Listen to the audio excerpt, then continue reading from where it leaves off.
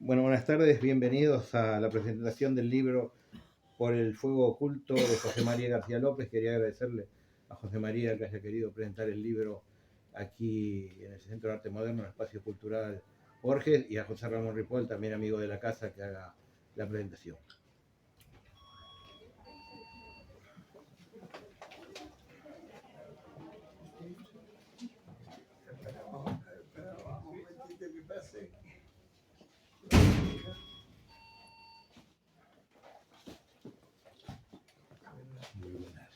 Perdón.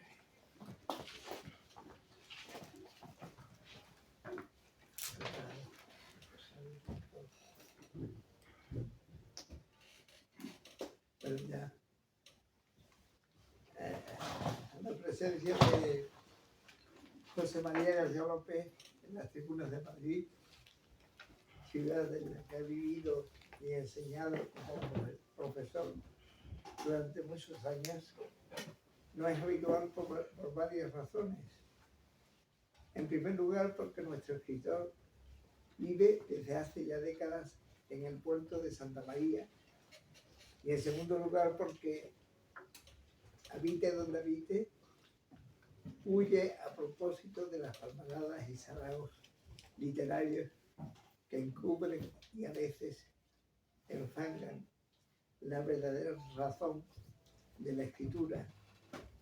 Y en definitiva, porque él dedica casi todo su tiempo a escribir con la meticulosidad, paciencia y rigor que requiere una producción tan vasta y variada como tiene en su haber. Así que la oportunidad que nos brinda el Centro de Arte Moderno para presentar este libro de poemas, Por el oculto fuego, editado por Libros del Aire, magníficamente editado, puede decirse que encierra, al menos para los lectores, amigos y seguidores de José María, una singular ocasión para acercarnos a su obra y a su persona. Aunque yo creo que los que estamos aquí conocemos la trayectoria de nuestro autor, más como narrador que como poeta, creo que ambas actividades constituyen el cuerpo de una escritura personal de difícil bifurcación, porque tanto la una como la otra no se complementan siquiera, sino que son ramas de un mismo árbol expresivo, que en su frondosa espesura se manifiesta como unidad verbal. Por el oculto fuego es su cuarto libro de poemas, junto a Sombra derretida de 1988, Memoria del olvido del 94 y Serán cenizas de 2008. Pocos títulos si lo comparamos con sus novelas publicadas e inéditas: El baile de los mamelucos de 2002, Infame turba de 2006, El pájaro negro de 2008, El corazón, el baile de los mamelucos, lo he dicho bien, sí, ¿no? De 2000, creía que era de 2008. El pájaro negro de 2008, El corazón de la piedra de 2014, Pasolini o la ciudad de las luciérnagas de 2015, Las grullas de Caído de 2018 o Las tres muertes de Ingrid de 2021. Muchas de estas novelas, algunas, no todas, he tenido el honor de leerlas y presentarlas y comentarlas.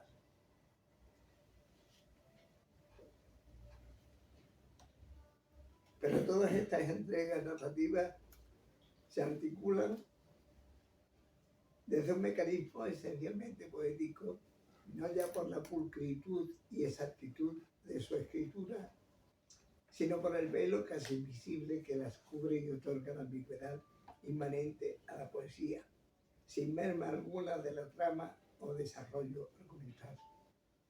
Sin embargo, ni sus novelas son las típicas de un poeta, de esas que se escriben en verso camuflado, ni su poemario, por otro lado, responden al desahogo lírico del novelista que recurre a la versificación para dar forma a sus retales narrativos.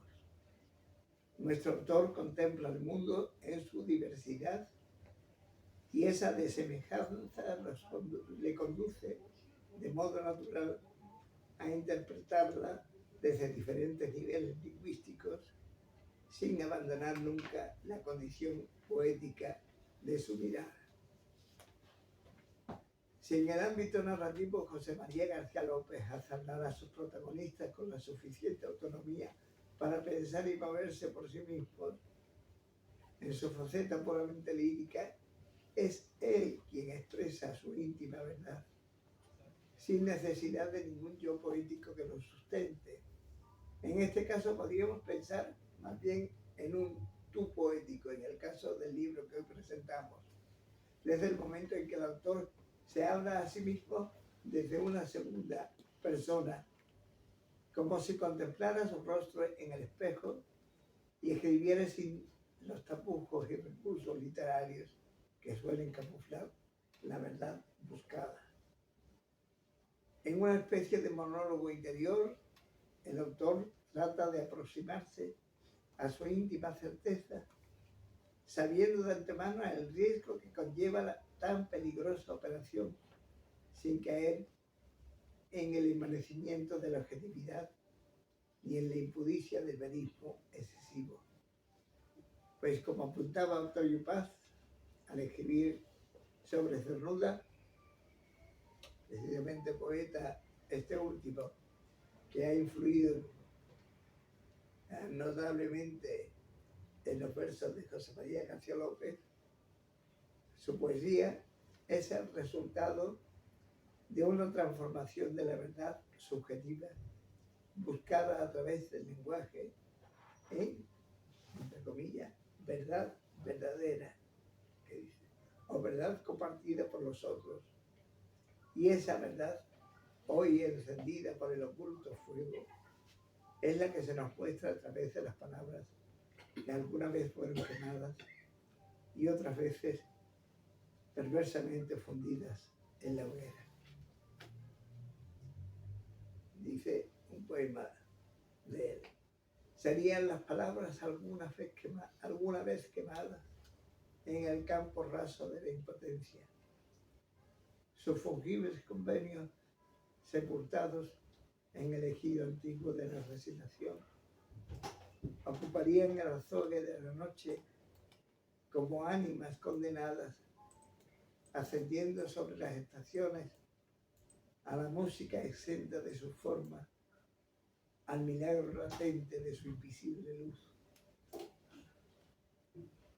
¿Qué duda cabe de que al fin de la búsqueda no se halla solamente, no se halla solamente en la palabra adecuada, sino que esta sirve de vehículo o puente, volviendo otra vez a Cernuda, leído por Paz, a la realidad más visceral, aquella que escondida en los lugares más recónditos de la memoria, dan forma y contenido a la persona humana que se observa ante el azogue y los surcos del tiempo. Memoria, tiempo y distancia enmarcan este proyecto especular que en una mezcla de nostalgia de lo vivido y esperanza por lo por vivir alcanza su propósito. No es otro que llegar a un pacífico entendimiento con la propia existencia, no exento de culpas, acusaciones y arrepentimientos, siempre al acecho de algún punto de luz que la noche oriente el rumbo perdido hacia la nada.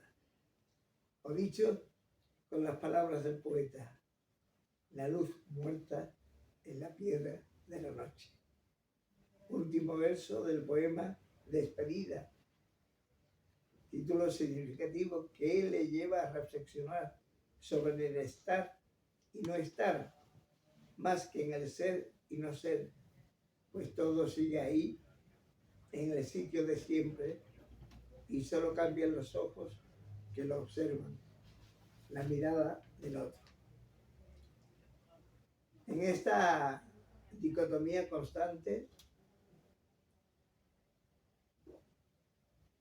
se desarrollan las 4 partes del libro, acentuándose deliberadamente en la tercera, bajo el significativo enunciado de la voz del otro. Porque aunque se trate de una indagación personal y de un cara a cara al descubierto, desnudo e hiriente en ocasiones, esta experiencia no tendría sentido sin la otredad, ya no como compartimento o legado sentimental, sino como ligera esperanza de que los demás entiendan aquello que el propio poeta no alcanza a descifrar en su propia escritura. Dice, quizás tengáis presente y ojalá os mueva de algún modo lo que estas claras líneas anticipan y evocan. Entenderéis entonces lo que yo no he entendido, lo que desde aquí envía mis fervientes deseos, el sentimiento del que hablo y del que no sabré hablar en otra lengua. No es fácil hablarse a sí mismo con la crudeza y sinceridad que utiliza el poeta en esta conversación. De pronto pienso en Gil de Viedma y en el archiconocido poema escrito por él mismo contra su propia persona. Pero aquí no se trata de ajustar cuentas con nadie, sino de aceptación de una realidad que resurge en la memoria tras una poetización a través del cuidado recuento de tu vida. Esa palabra de a través del cuidado recuento de tu vida, en la que José María o el poeta encuentra transgresiones indignas, renuncios o traiciones contra tu semejante o a ti mismo, cierro comillas.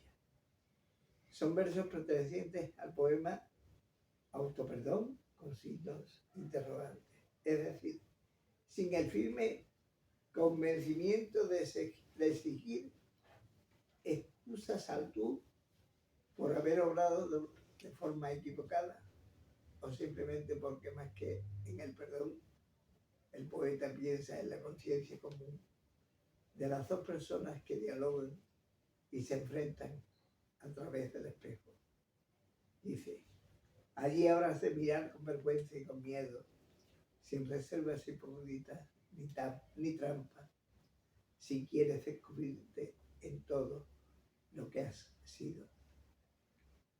Puede decirse entonces que todo el poemario es la historia de un doble descubrimiento. Por un lado, el temple y la actitud de un ser maduro que inspecciona el pasado, no para corregirlo, sino como aproximación hacia un futuro donde al final asoma el rostro al fondo del espejo, o tras el fuego oculto. Y por otra parte, la certeza de que solo la palabra poética es capaz de mostrarle cuanto no se ve en el azogue ni detrás de la llama. Atravesar la pira es un reto peligroso porque siempre algún recuerdo acaba por arder. Pero al tiempo, esa flama ilumina más allá del dolor y de las apariencias aceptadas en el contrato de la vida. Recuerdos de la infancia donde el poeta niño es consciente de su diferencia con respecto a los suyos, seres incógnitos como espectros, a los que sin embargo más quería, se entrecruzan con hondas reflexiones sobre temas cotidianos y abstractos, los vencejos, la ciudad esperada, el caballo castrado, las piedras, el mar, las cigüeñas, Baudelaire, Dmitri Jurovsky, Dima, el célebre barítono ruso que se fue pronto de este mundo, dice él, dejando más dolor en el silencio, o a la música entera, camino proverbial de perfección, o difusa celada del espíritu. Y ya acabo.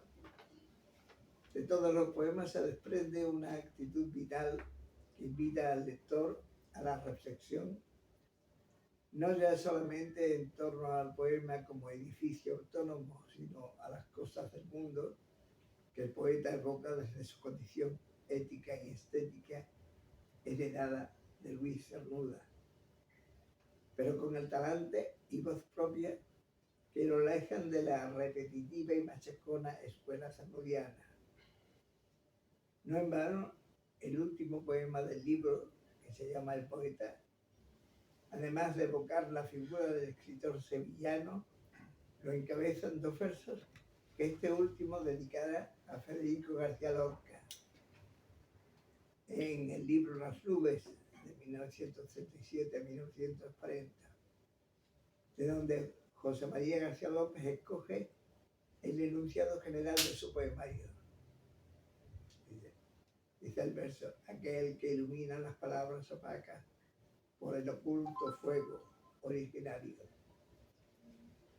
Con un lenguaje abierto y una clara dicción, nuestro autor canta a su maestro, sin imitarlo, sino queriendo haber nacido un poco antes, con tiempo y ocasión de ser su amigo. Por el oculto fuego, por tanto, es un libro oportuno para agitar nuestra conciencia poética y un buen acicate moral frente a la rebeldía de la vulgaridad y la simpleza que con frecuencia se esconden bajo la máscara de la poesía.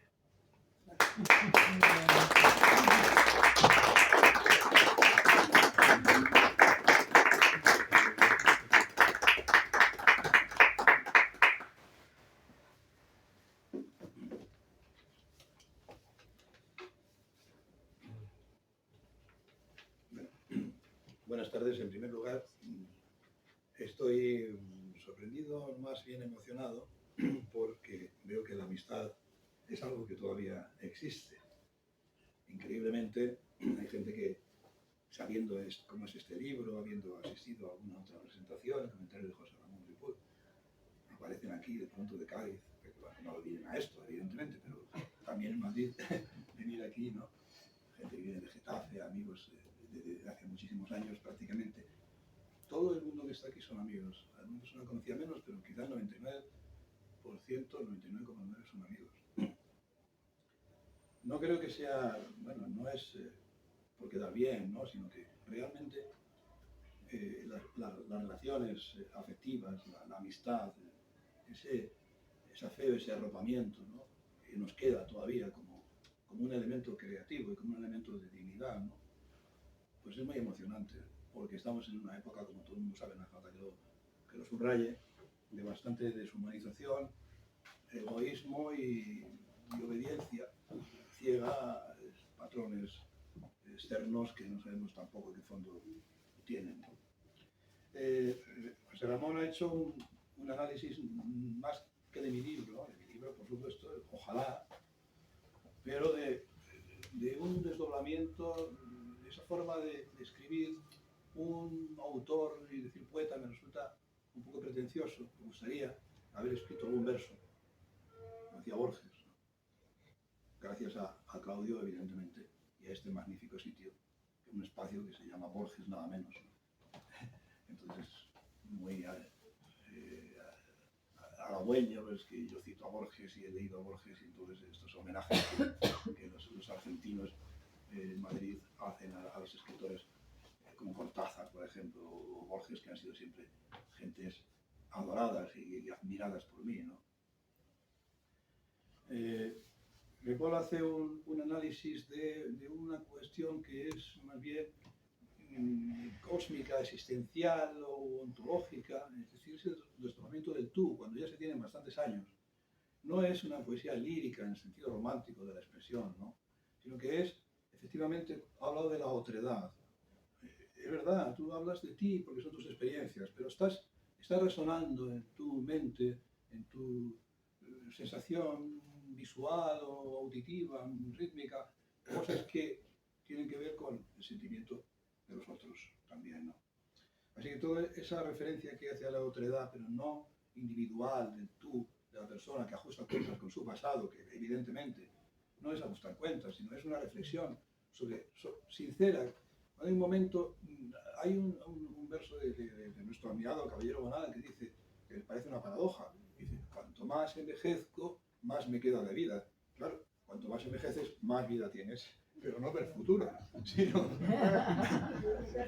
más me queda de vida que contar, de vida que recordar, de vida que puntualizar, que olvidar, por supuesto también, o que reconstruir en el olvido, ¿no?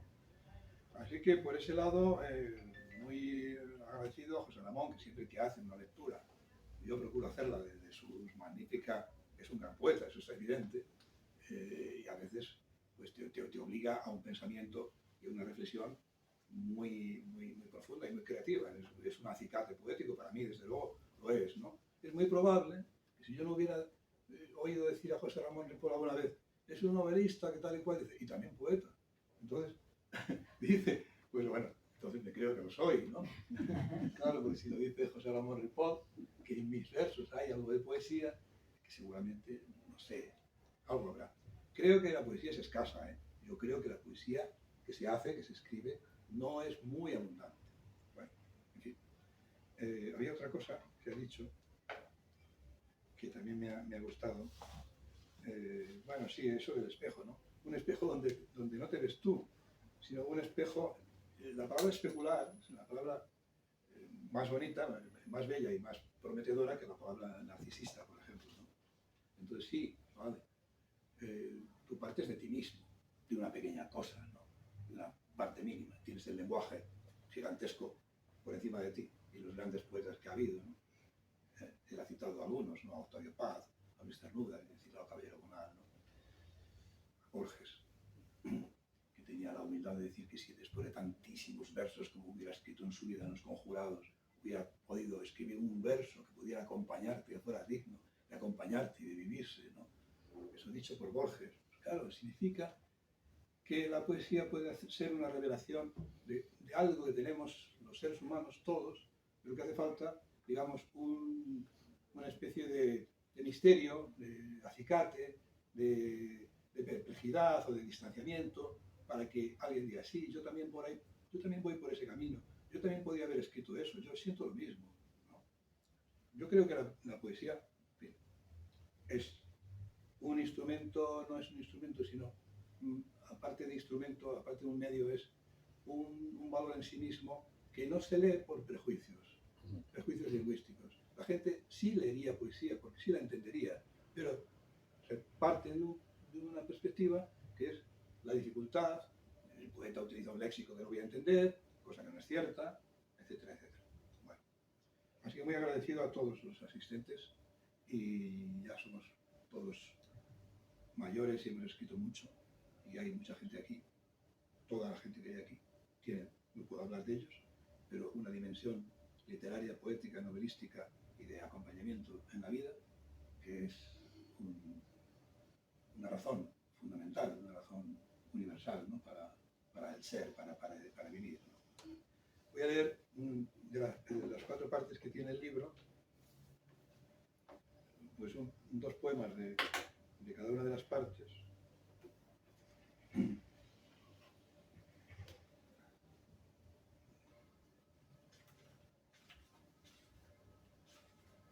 Bueno, tiene una cita de Juan Ramón Jiménez, que es muy significativa. Dice, pero morir es viajar, morir es trascender. Al azar de unas leyes extrañas, es la primera parte. Bueno, leo el primero, ¿no? El primero, porque creo que el primer poema y el último de un libro, tú lo cuidas, el autor cuida eso mucho, ¿no? Hay que empezar a una altura digna y hay que cerrar de la mejor manera posible, ¿no? No significa que sean los mejores poemas, que no suelen serlo, tampoco creo. Aquí hay una cita de Dylan Thomas, que en un poema, el más famoso de él, que dice, "Do not go gentle into that good night". Es un poema dedicado a su padre. No entres tan tranquilamente en esa noche, que va a ser la noche final de tu vida, no la de tu muerte, sino revélate, lucha hasta el último momento. Contempla el rostro amado y las luces del mar. El dudoso silencio que todavía no es la muerte. Vive hacia la nada tu emoción y tu entrega sin ocultar las marcas del gozo, los fronterizos muros y el fulgor de los seres. Aguarda el segundo último con rebeldía. Confía en lo imposible y olvídate de ti en la noche profunda.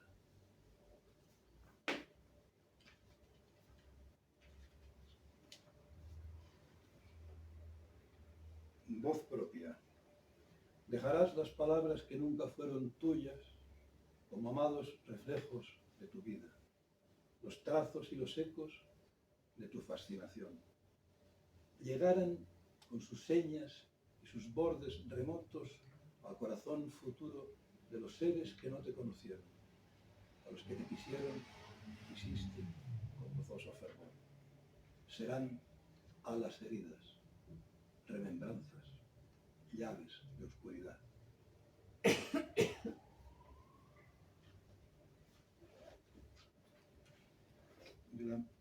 De la misma primera parte, a la ignorancia. Si fuera el conocimiento alcanzable, los dinámicos modos descifrados en el azul abstracto de la noche, si pudiera Saturno desentrañarse con sus accidentes materiales, el espacio entenderse y sus orígenes, cualquier audacia humana sería aniquilada. No pretendas entonces resolver los enigmas, ni siquiera los lazos endebles de tu imaginación. No sigas el sendero obligado, la afluencia del azaroso hallazgo, la captura del clemente futuro. Déjate llevar por el viento rumoroso de los años vividos. Las quimeras inevitablemente acumuladas ya velan tus pasiones.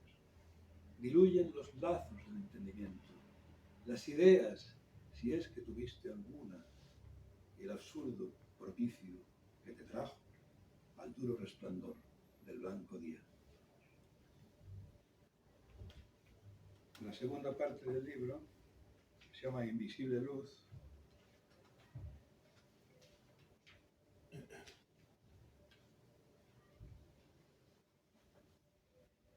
El pasado vivía.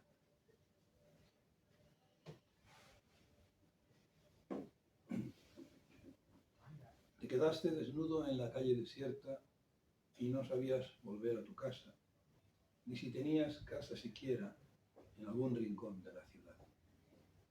Frío y lluvia y ninguna esperanza de hallar con qué cubrirte ni dónde refugiarte, hasta que apareció, tras los cristales, avanzando sobre un espacio insondable y la cornisa móvil de un alto edificio. Te hizo un gesto agitando la mano como si comprendiera lo inasible o quisiera indicar una posible ayuda de ti mismo. Se desvaneció la onírica figura, retrocediendo a su cubil de nubes, mientras que tú seguías, y así sigues, desnudo en la tiniebla de tu alma, por las lluviosas calles del recuerdo.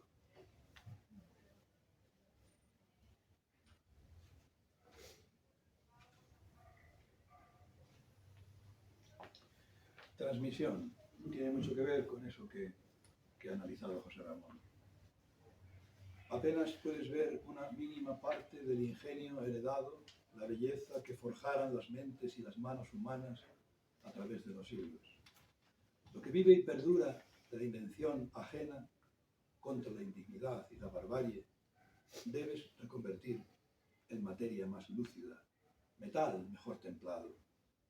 El arte, la justicia, la generosidad, las más altas empresas recreadas, merecen el trabajo de la fe que te exigen sobre las decepciones. Merecen la indomable tarea del camino abierto por tus venas, por el duro claustro de la derrota, el pesar, las celadas de la pasión inútil. No te arredren entonces los seriales perdidos por tus desilusiones y certezas. Sigue sin luz, sin pausa, sin amable horizonte ni desfallecimiento. La tercera parte, la voz de los otros,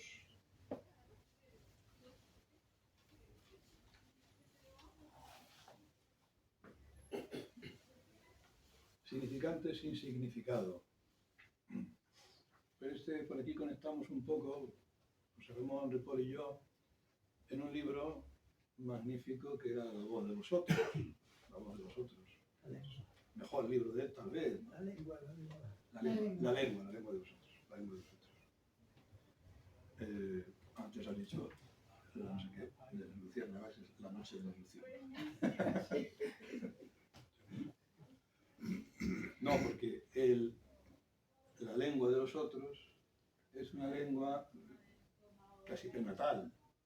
Es la lengua que todavía no le ha llegado, pero empieza a no tener todavía significado. Y en el caso de José Ramón Ripoll es una melodía, es una música. En mi caso no tanto, pero sí, admiro mucho ese principio, que en parte también es muy personal, ¿no? Porque quiero decir que no es un descubrimiento metafísico, sino que él empezó queriendo ser músico, siendo pianista, se ha dedicado toda su vida al análisis musicográfico, musicológico, y claro, antes que eso, y luego ya viene la palabra, por lo tanto, en principio estaba esa especie de silencio universal. De balbuceo. De balbuceo, sí.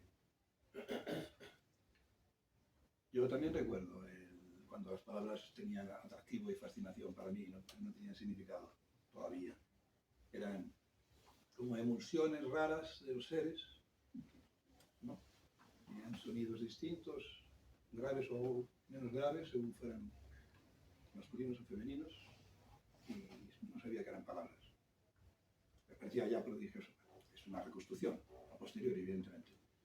Pero desde luego una de las fascinaciones primeras es eso, que los seres humanos tuvieran boca, y por la boca profirieran una especie de melodía curiosa, ¿no?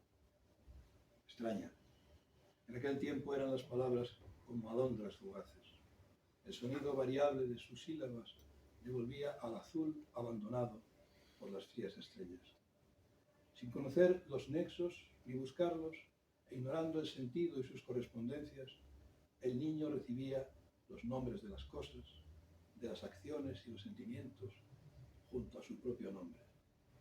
Era la lengua entonces un misterio que vibraba en el alma con libertad magnífica, una invención radiante que nunca se pensara pervertible por inmediatos pactos y conceptos inscritos. Se extinguió aquella hoguera y sus incandescencias descendieron inertes a los acuerdos y a las realidades. Las alondras volaron a otros cielos vacíos y dejaron la cáscara de sus trinos vivientes. Y finalmente, para la parte cuarta del libro,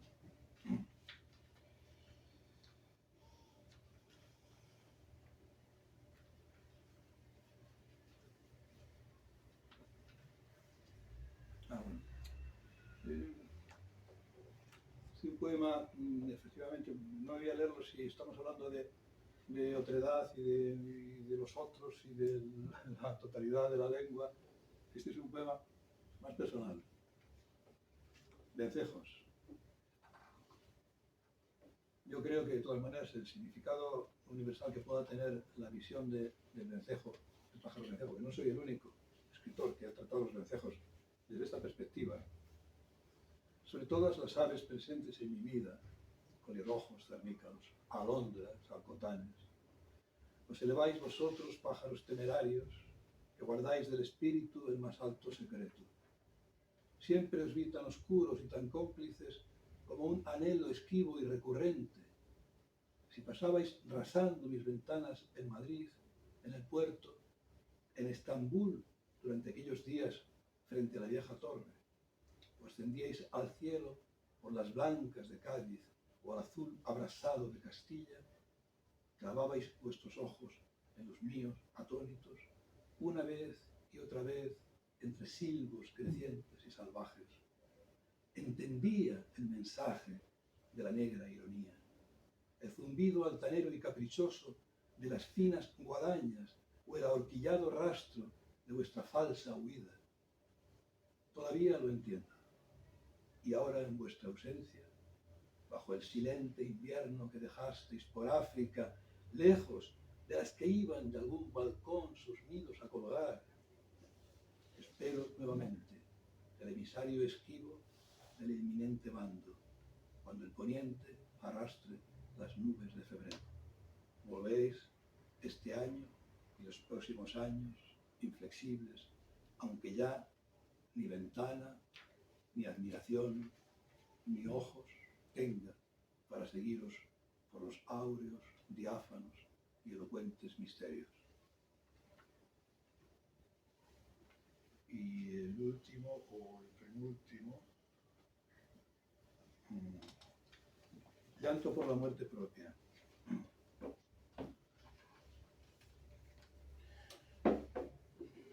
Cuando viste llorar alguna vez a un hombre que por la edad o un mal ya incurable suponía cercano su final, esa irrupción funesta del sollozo instantáneo, la húmeda gravedad de los ojos y la voz quebrada, te impresionaron más de lo que hubieras esperado, quizá porque aventurabas mejor aceptación del suceso inminente.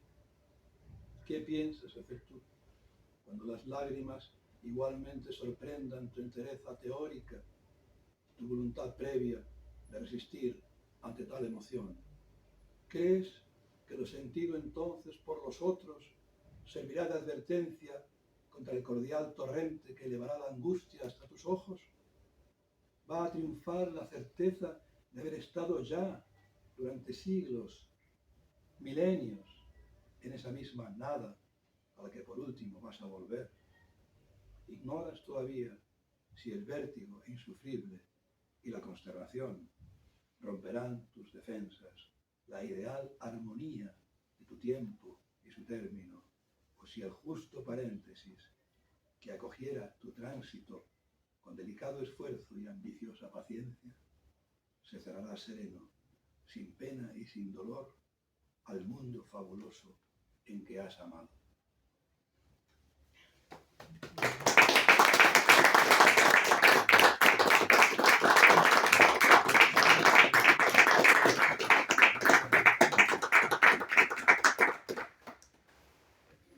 Bueno, si hay alguna opinión, pregunta o un comentario, pues encantados, pero José Ramón y yo, de hablar sobre lo que sea, no tanto como responder, sino comentar.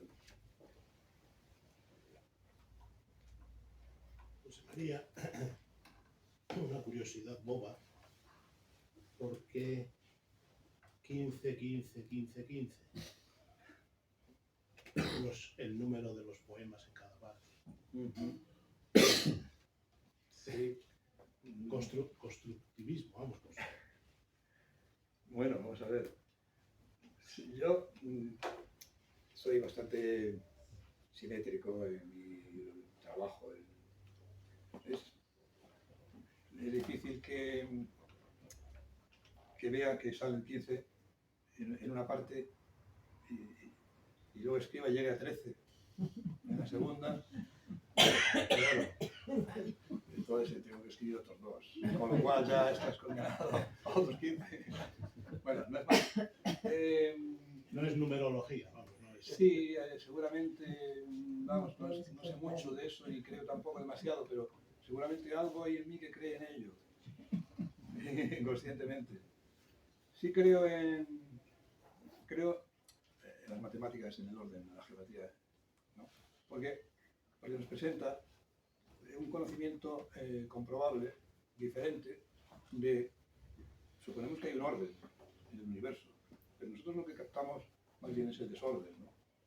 Captamos la diferencia de las cosas, lo impar, y que nos gusta y nos apasiona, ¿no? Precisamente por eso, ¿no? Los picos, las crestas, las diferencias, las bajadas. Sin embargo, todo eso sometido a una matemática perfecta, como decía Valle-Inclán, ¿no?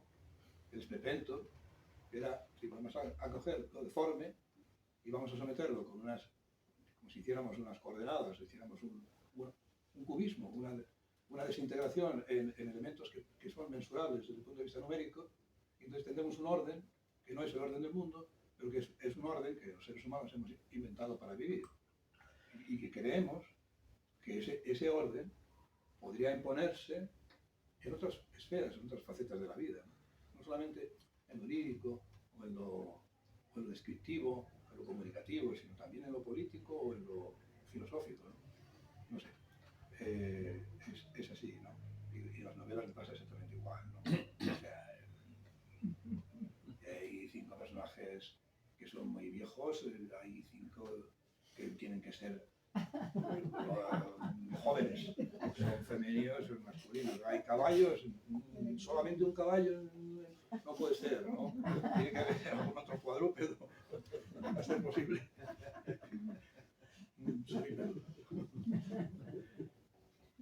Creo en que los escritores, ¿no? Los poetas, los novelistas, los filósofos, por supuesto, son menos leídos los filósofos.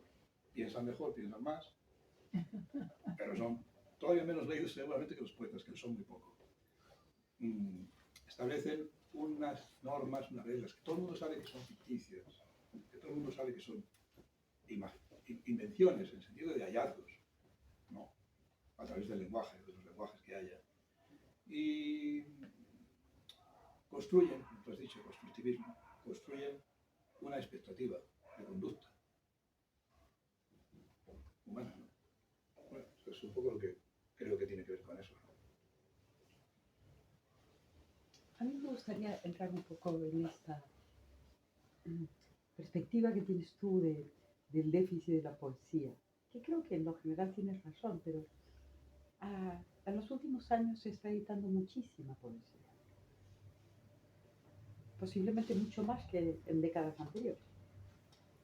Han salido muchísimas editoriales pequeñas de poesía, especializadas en poesía y en temas de poesía. Y hay un cierto lanzamiento, probablemente es un lanzamiento vacío, de poetas ellas, poetas ellos, poetas ellas, me da igual, no es.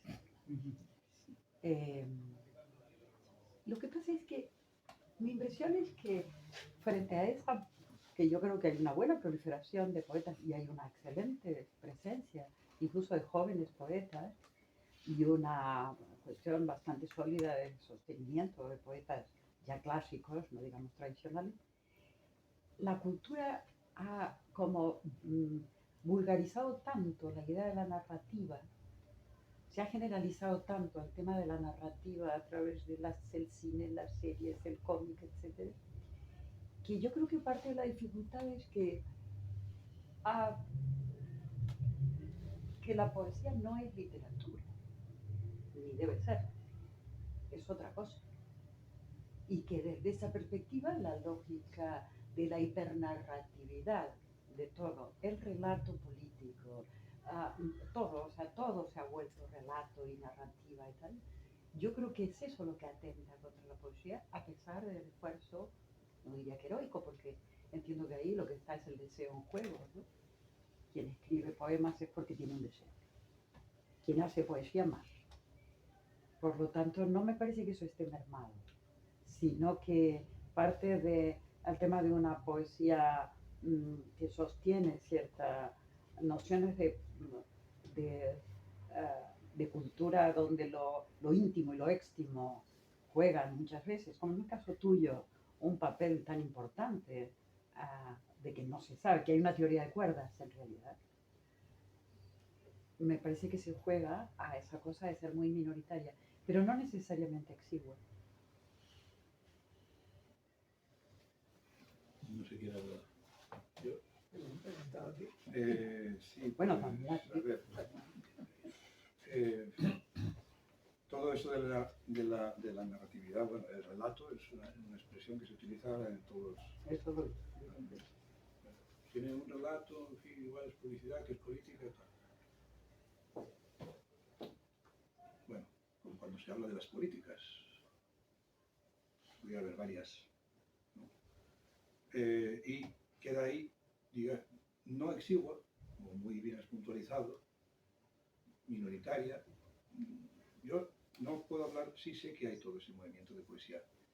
Lo que he leído de poesía contemporánea, joven o muy joven, no me convence. Me parece que parte de una falta de consideración y de admiración y de respeto por la poesía, la gran poesía que se ha hecho en el mundo.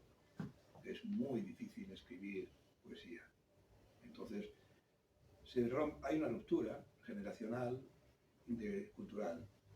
Entonces, seguramente es imprescindible que eso ocurra, porque es muy difícil asumir la grandeza de, qué sé yo, escribir como Virgilio, como Vicente Aleixandre, como Jaime Gil de Biedma, como Terry Eliot. Dices, ¿cómo voy a atreverme, no, a escribir? Pero hay mucha gente que ese planteamiento no se lo hace. Se atreve porque no se atreve, no es una cuestión de atrevimiento. Sobre ti, los que tenemos años y tenemos una cultura de libro, una cultura de libro y de la vida, ¿no? Somos humildes.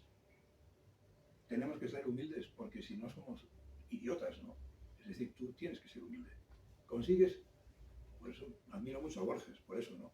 Que diga que es un verso. Que, claro, es muy raro, es que un verso es muy raro. Tú escribes un poema y vas por la calle y piensas, ay, que esto está bien, preciso, es verdad lo que estoy diciendo. Ahora voy a escribir el segundo verso. Y ya, muy probablemente, baja. Luego sube a lo mejor, pero por un azar. Creo que sí, bueno, hay ojalá esa esperanza o ese mundo, esa especie de núcleo que la gente intuye. O sea, que la poesía no sea respetuosa con la grandeza de los poetas, no significa que en la juventud no lata en el fondo de la poesía probablemente una intuición irracional, una intuición, para la redundancia, sobre ese terreno de la poesía como algo necesario y como algo valioso, ¿no? Importante.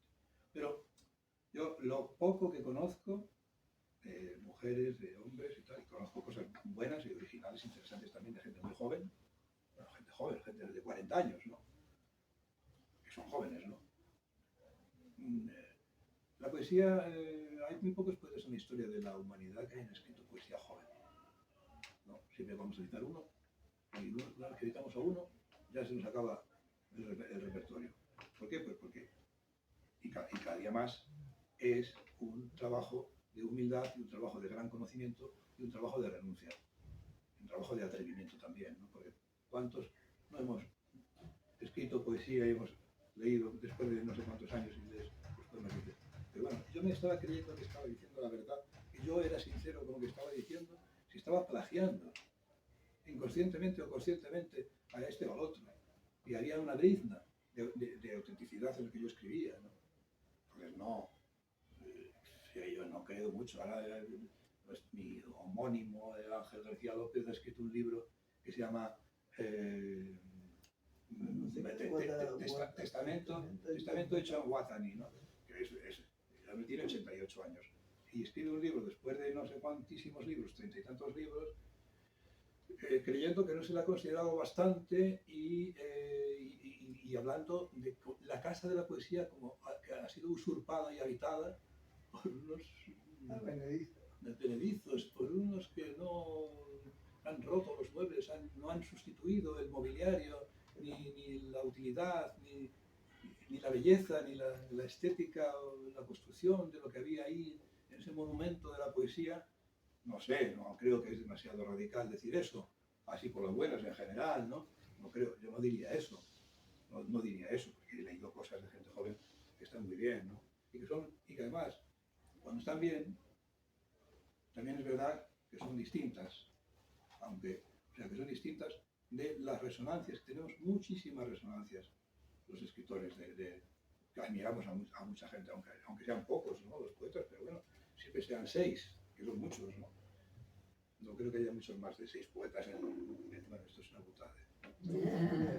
Yo creo también que hay un exceso de poetas, ¿no? De gente que escribe y que publica y que dan recitales y que los pubs están llenos de actividades poéticas también. Y eso, en principio está muy bien, pero ¿qué es lo que ocurre? Que muchos de estos poetas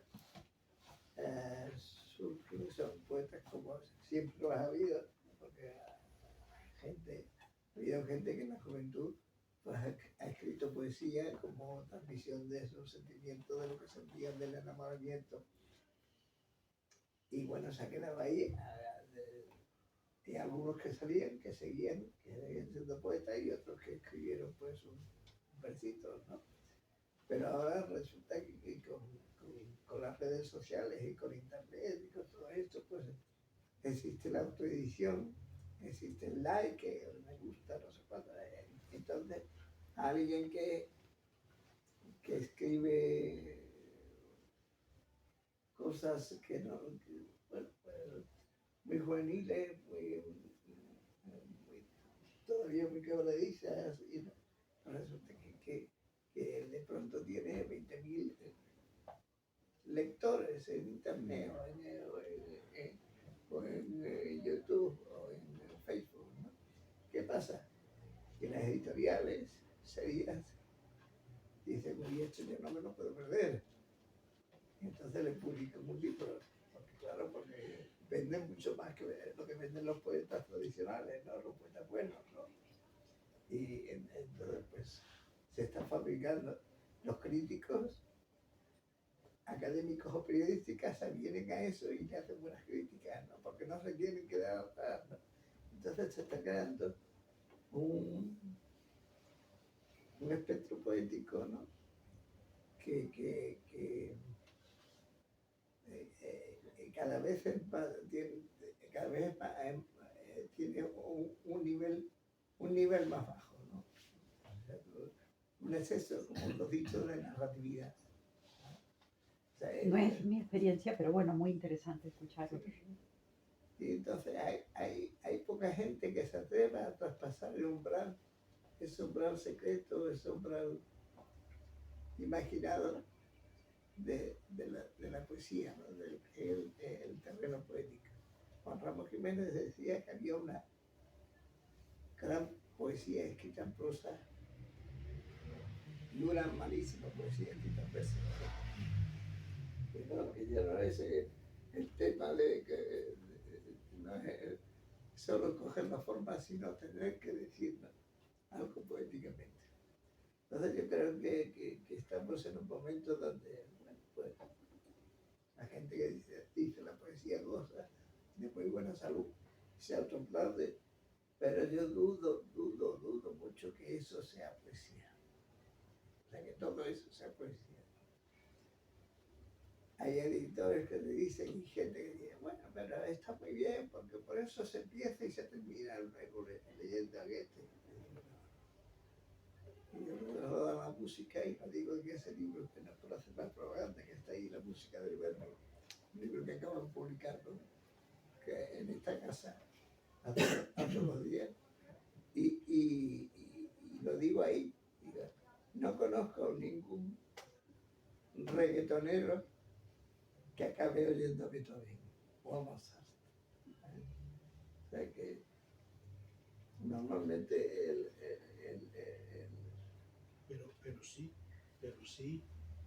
pero sí a un antipoesía, bueno, el autor chileno, pero sí un autor escribiendo antipoesía, como dice él, que le dan el Cervantes. Pero había poesía, es que esa es la contradicción.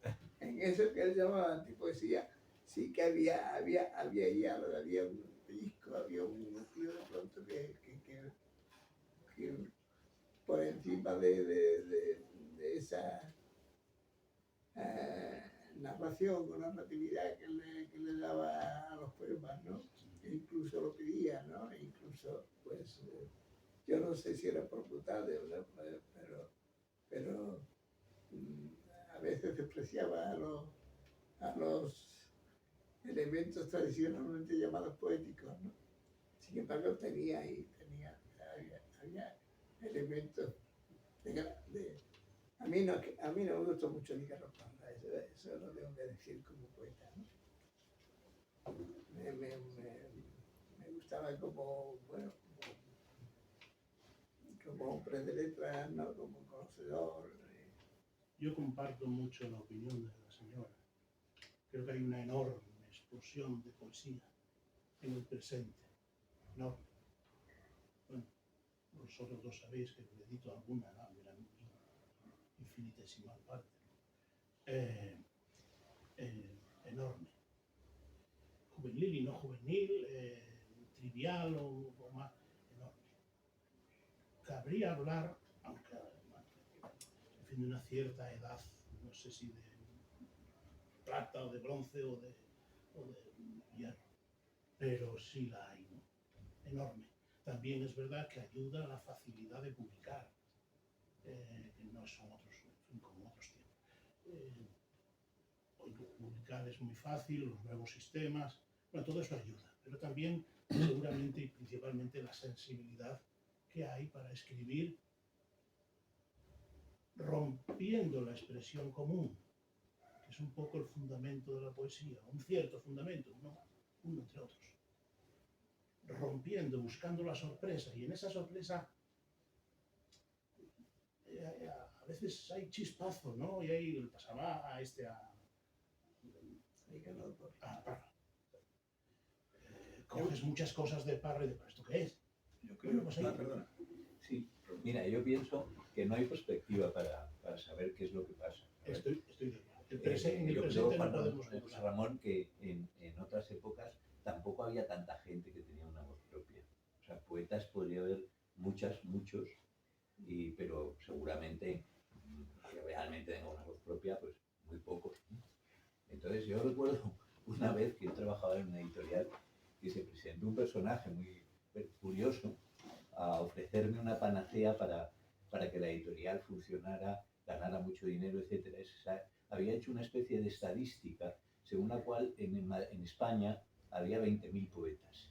Entonces, si les publicábamos en una serie de volúmenes, en papel biblia, un libro a cada uno, pero esos volúmenes se vendían todos juntos, teníamos asegurados, y era necesario comprarlos todos, teníamos asegurados la venta de 20.000 ejemplares, de 10 tomos en papel biblia, apretadísimo. Entonces, bueno, pues yo pienso que este tipo de cosas de las redes sociales, pues es parecido. Entonces, imagínate que hubiéramos hecho eso, pues seguramente escarbando hubiéramos terminado encontrando algunos poemas excelentes y voces auténticas. Pero claro, se necesita evidentemente prestar mucha atención, que las cosas se decanten, que pase el tiempo, tener una cierta perspectiva. ¿Quién sabe qué va a salir de todo eso? Yo desde luego no lo sé. Sí. Además yo creo que en la República de la Poesía no hay gobernantes, no hay gobernantes, es la libertad.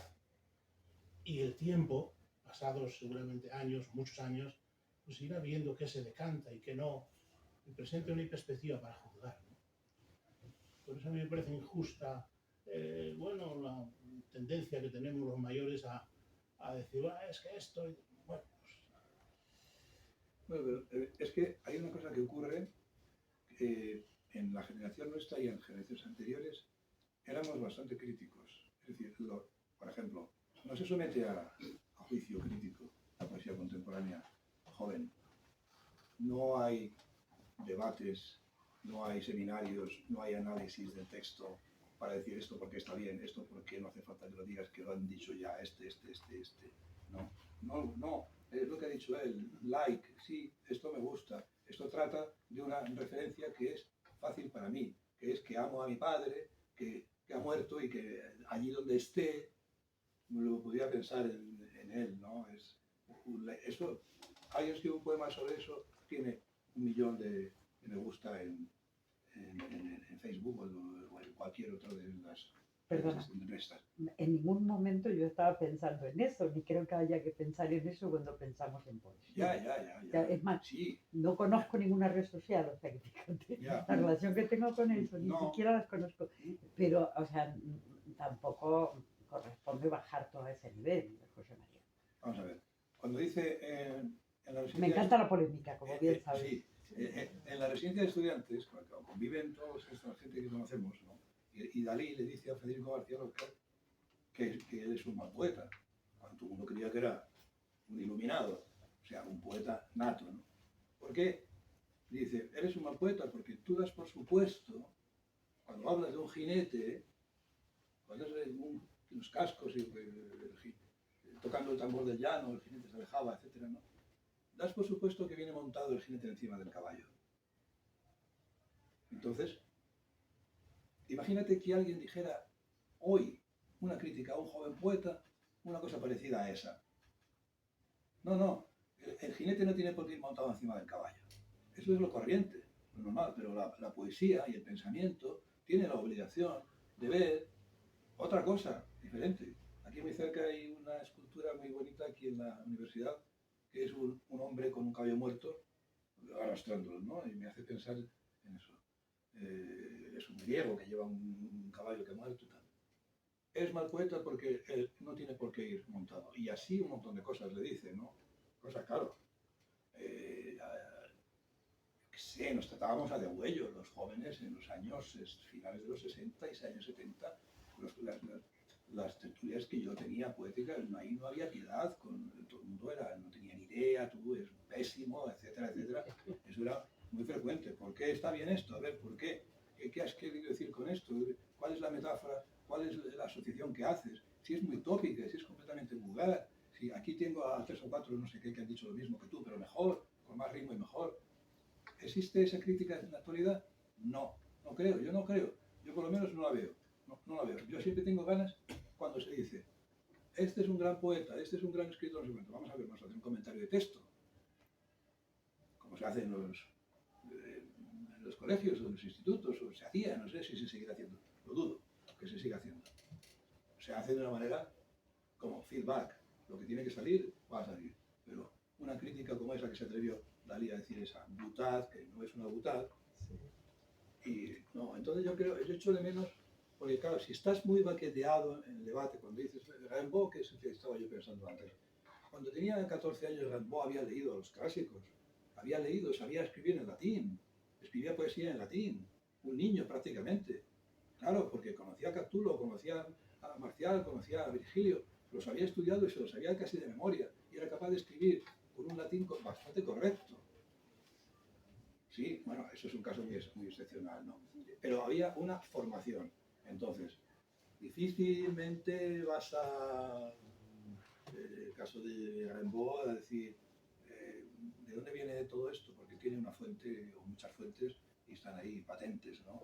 Y originales, y iluminadas, ¿no?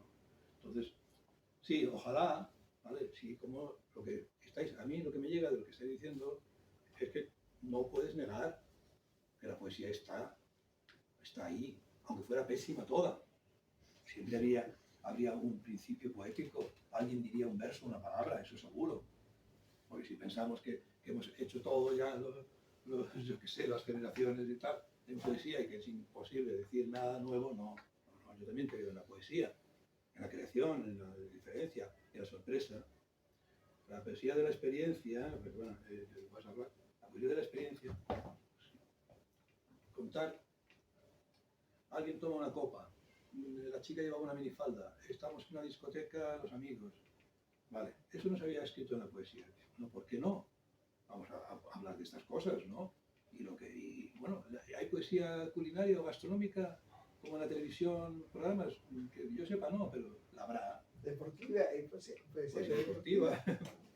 Ya, pues ahí habrá un principio que será poesía, seguramente.